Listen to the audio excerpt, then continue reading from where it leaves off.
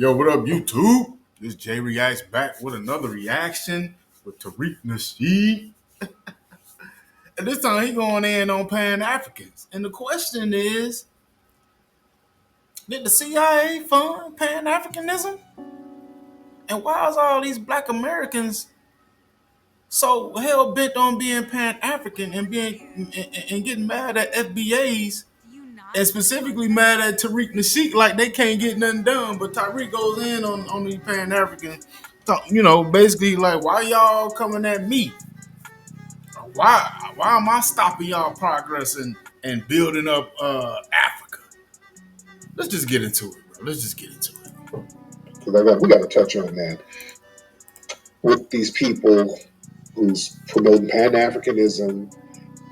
And we've been having this discussion. These Pan Africanists always trying to blame me for their Pan Africanism not working, which is a cop out. They're always blaming me.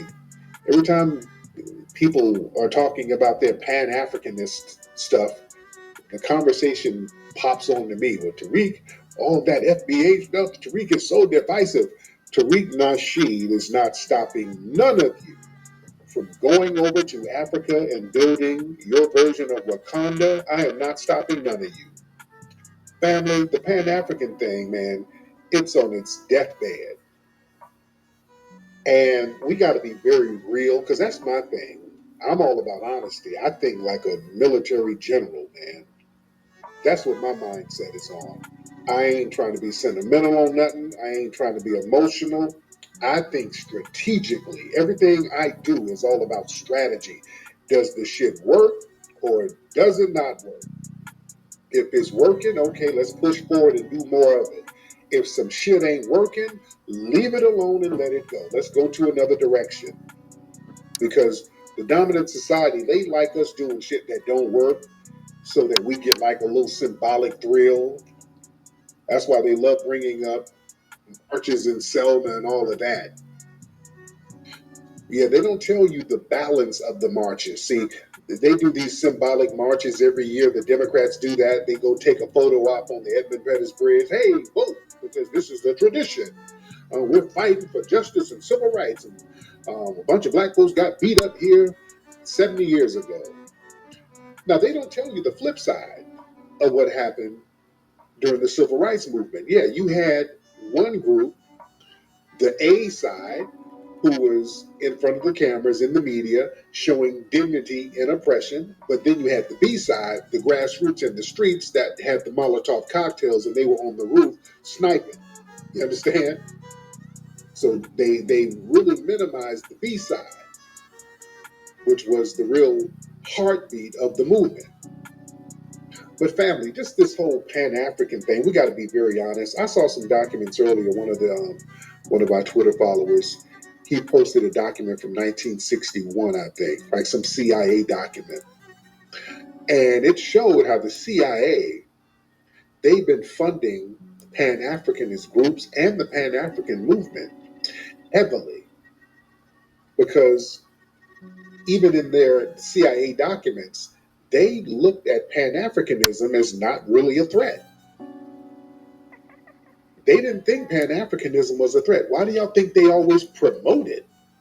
The dominant society promotes that all the time. You know? And a lot of Pan Africanists were CIA operatives and FBI operatives. Damn. And they are today.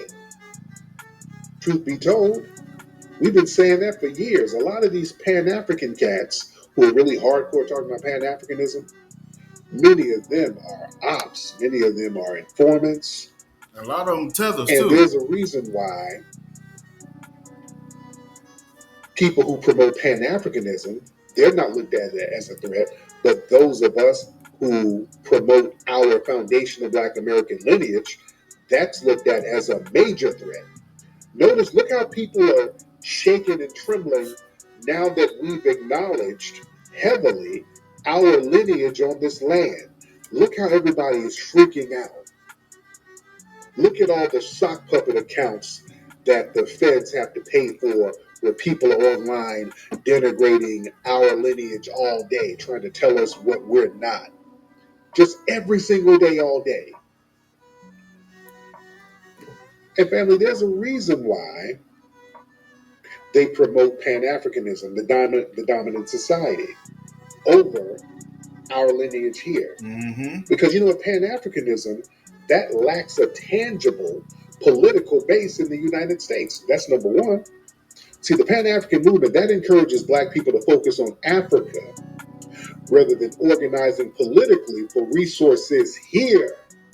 Mm. And look, most African nations do not have the power or infrastructure to assist the foundation of Black Americans in achieving any Anything over tangible here. political goals. So They don't don't. even have a pot to piss in or a window to throw it out of over there. So Pan Africanism, that's seen, it's looked at as an ideological movement rather than an actual power shift. It's basically sentimental, symbolic nothing burgers. Let's just be real. There's never nothing tangible with it. Nothing. It's always one day.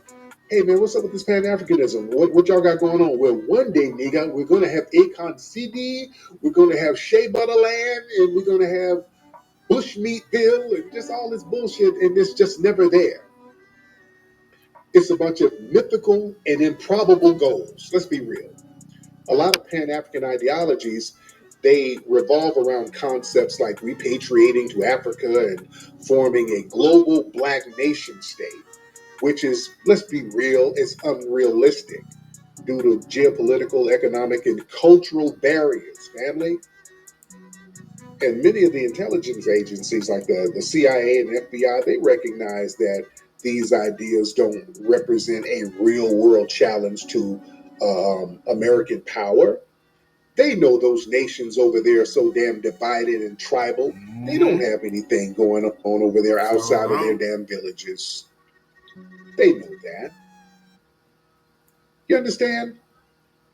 So that's why they promote it. They're like, oh yeah, talk that African shit. Oh yeah, talk it all day. They know the minute we go over there, we're gonna get scammed, which is what happens. The minute we go over there and try to set up something, Mm-hmm. we start getting scammed left and damn right.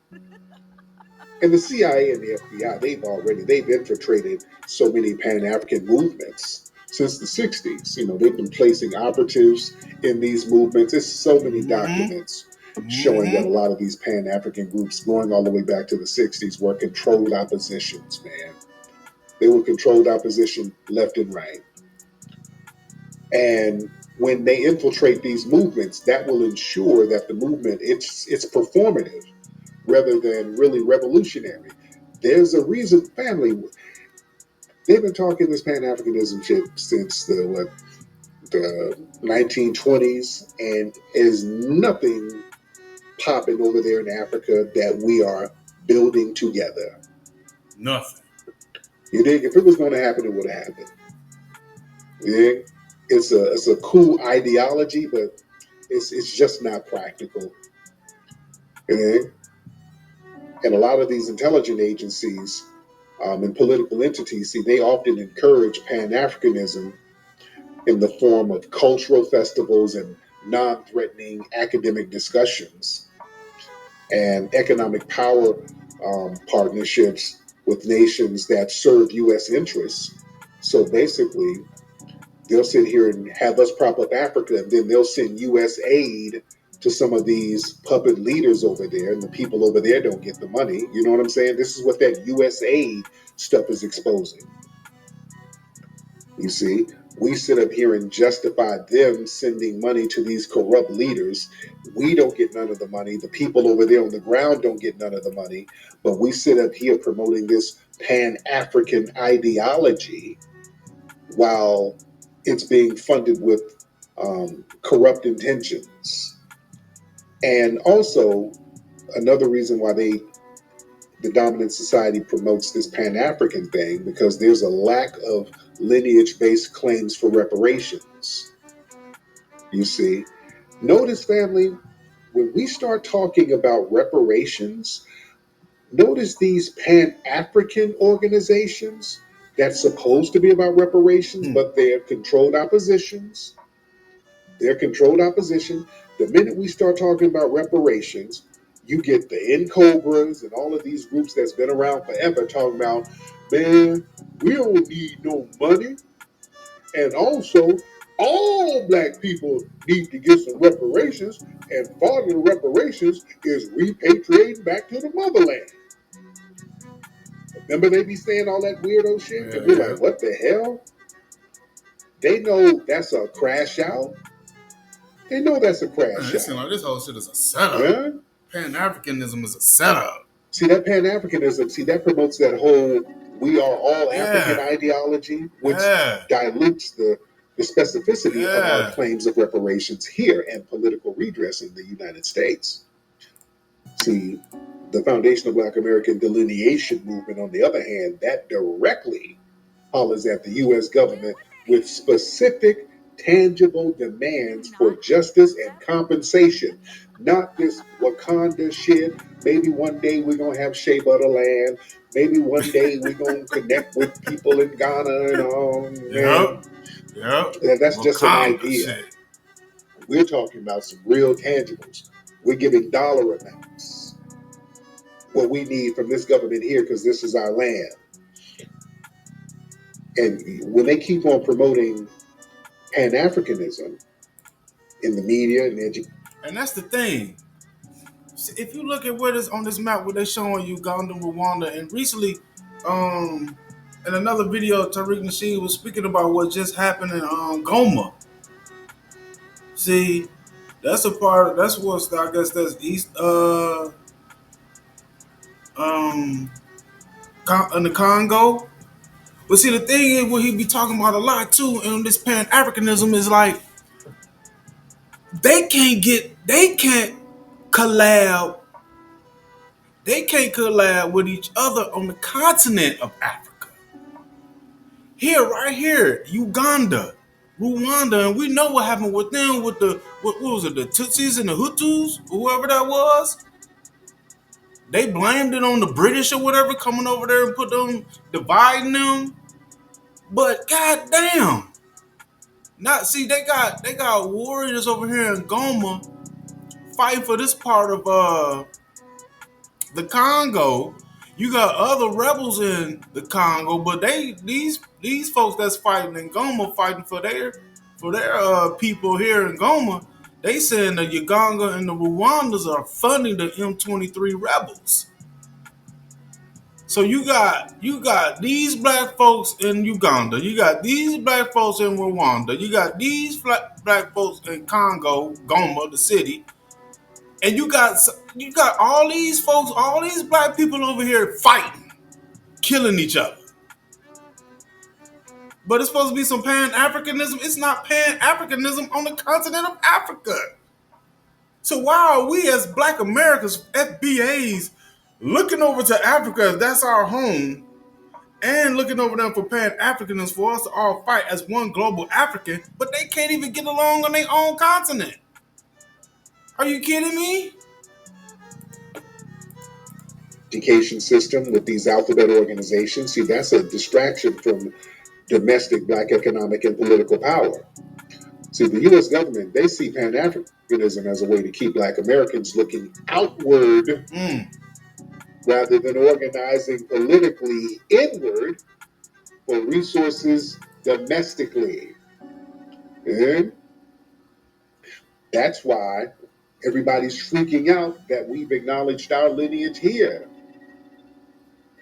People are freaking the hell out now that we said, hey, you know what? Damn all that old go back to the motherland shit and we're generic Africans. This is our land right here. We're claiming our lineage and our importance to this lineage, and we ain't going nowhere, and we're going to need compensation, you see. And we're uncovering all of the hidden history about our lineage here. That's a threat. That's why everybody's freaking out. Yeah? And remember, J. Edgar Hoover, I always mention COINTELPRO. Family, COINTELPRO, those documents, man, he explicitly identified black unity as the greatest threat to national security. And us, with our delineation movement and us looking at lineage, that fosters a real lineage based unity that strengthens political and economic demands. Whereas Pan Africanism, that relies on like vague cultural ties that don't translate into concrete power. You know? That's why, family, notice most black Americans, we've never gravitated towards Kwanzaa. We have never gravitated towards Kwanzaa. Let's be very real. None of you have. Me neither. It sounded cool, hey, African holiday, yay, But we ain't never connected with no damn Kwanzaa. Never. None of us. No, we didn't. It was always foreign to us. You understand? Kwanzaa has always been foreign to us. They've Africanized it. That was that Karanga. He created it, and y'all know his background. I don't even have to say it. You understand? Y'all know his background. Y'all know Karanga's background. I don't even have to say it. That proves my point here, ladies and gentlemen. They get these ops to sit up here and Pan Africanize us and tell us that we're really generic Africans and we need to look to the motherland. And these people are with the alphabet boys. You Mm. see, and they try to crowbar this stuff onto us. Every time we start talking about getting something that's lineage based and talking about us have an appreciation for the land and the nation state that our family built. We're not guests in this country, we're not immigrants. What do these ops do? They run in here with red, black, and green flags telling us that we're really Igbo. You niggas are not FBA, you are Hausa. You are Zulu niggas. They telling us that we're some vague African tribe. No, the hell we're not. We're not some vague, generic ass African tribe. We are foundational Black Americans with a long standing, deeply rooted culture right here on the land that our families built. And we ain't giving that up for nothing. Yeah? Another reason why they promote Pan Africanism so heavily, Pan Africanism lacks a military or security element.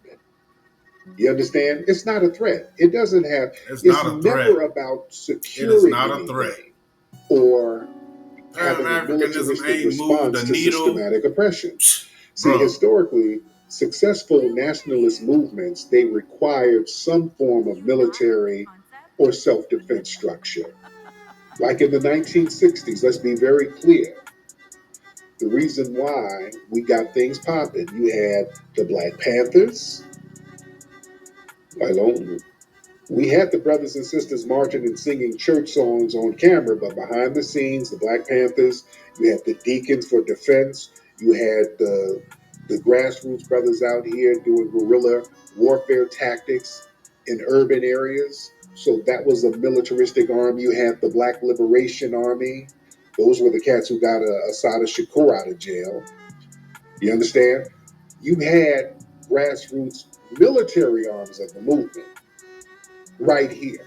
That was going on here. In America. You see, y'all, you hear me talk about what was going on in the 60s. There were riots and uprisings all through the 60s. That was the military arm of the civil rights movement. That long, hot summer of 1967, where there were just race riots all over the country, black people rising up against the oppressive system using guerrilla warfare tactics. That was the military arm of the movement. It's downplayed in the media now because the narrative is that they want you to believe that white America felt sorry for John Lewis and them getting their ass whooped in Selma. That's the narrative. That ain't it. That's not what really happened. That's one part of the story. The real part of the story, there were brothers out there on the grassroots putting foot to ass, forcing the U.S. government to sign these bills that gave us the proper rights we're supposed to get. Pan Africanism don't have shit like that. You understand? The Pan African movement, it lacks that component. And it just focuses on abstract discussions rather than organizing for self defense or real political leverage. It's just talk. Just be real. It's a bunch of goddamn talk.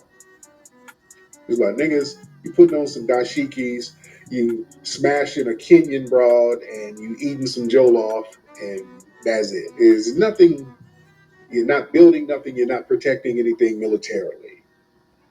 Yeah? We're just keeping it real tonight. We just got to keep it a buck. And see, the thing is, Pan Africanism, again, you're looking outside of here, looking globally, but we, we're talking about our foundation of Black American lineage. That's very specific to the United States of America. And that's a challenge. See, the foundation of Black American delineation movement, it centers on our unique historical, economic, legal claim that foundation of Black Americans have against the U.S. government. So that's a direct challenge. Whereas Pan Africanism, that's just, it disperses and the focus is across multiple nations, and it just reduces any likelihood of any single entity being held accountable. You understand what I'm saying? Nobody's, look, when you talk about Pan Africanism, it's basically like Wakanda. You're not going to build anything unless you address white supremacy because you're in this mess because of white supremacy. White supremacy never went anywhere. Pan Africanism gives the false notion that if we just go somewhere in Africa, we will be away from white supremacy so we don't have to deal with it. Right. That's horseshit. Yep, that's bullshit. You understand? That's why it don't work. Nothing works. Because wherever you go, you're still going to deal with white supremacy. So we might as well deal with that shit here. I don't want to go to Africa and deal with white supremacy in blackface. I don't want to deal with some musty tether who's been propped up by the white supremacists to smash down on other black people, where the white supremacist is hiding somewhere safe and sound, and they're paying off some ashy Negro to do the dirty work for them. Yep. No, I'd rather deal with the white supremacist directly than a Negro puppet. You did? And another thing with Pan Africanism, see, that opens the door for immigration over here, too. See, when we're sitting up here like, yeah, we all African, everybody's African, then all of a sudden a bunch of Mexicans, I'm African too, I got a black abuela, let me in. Yes, all lives matter. I got a black abuela, she's African. You know, then you open the damn door for everybody. Whereas us, when we're looking at our lineage, that challenges immigration.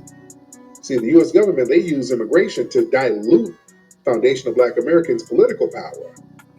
And we, foundation of Black Americans, we're calling that out directly. Pan Africanism, it embraces all of that inclusive. Oh, everybody got to get together. Yep. That's part of the government agenda. Yep. That's why the U.S. government loves promoting Pan Africanism.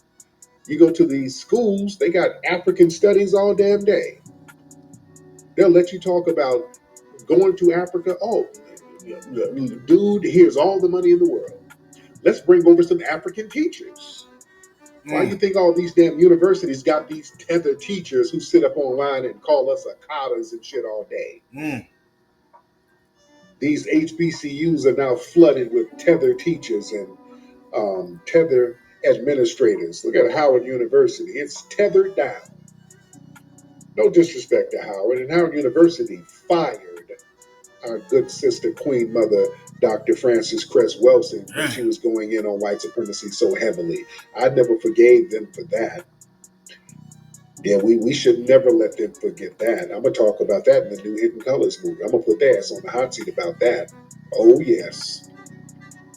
I can't wait to do the next Hidden Colors 6. We're going to put some asses on them hot seats. We're going to expose all of that. We're going to let y'all know what they did to our sister.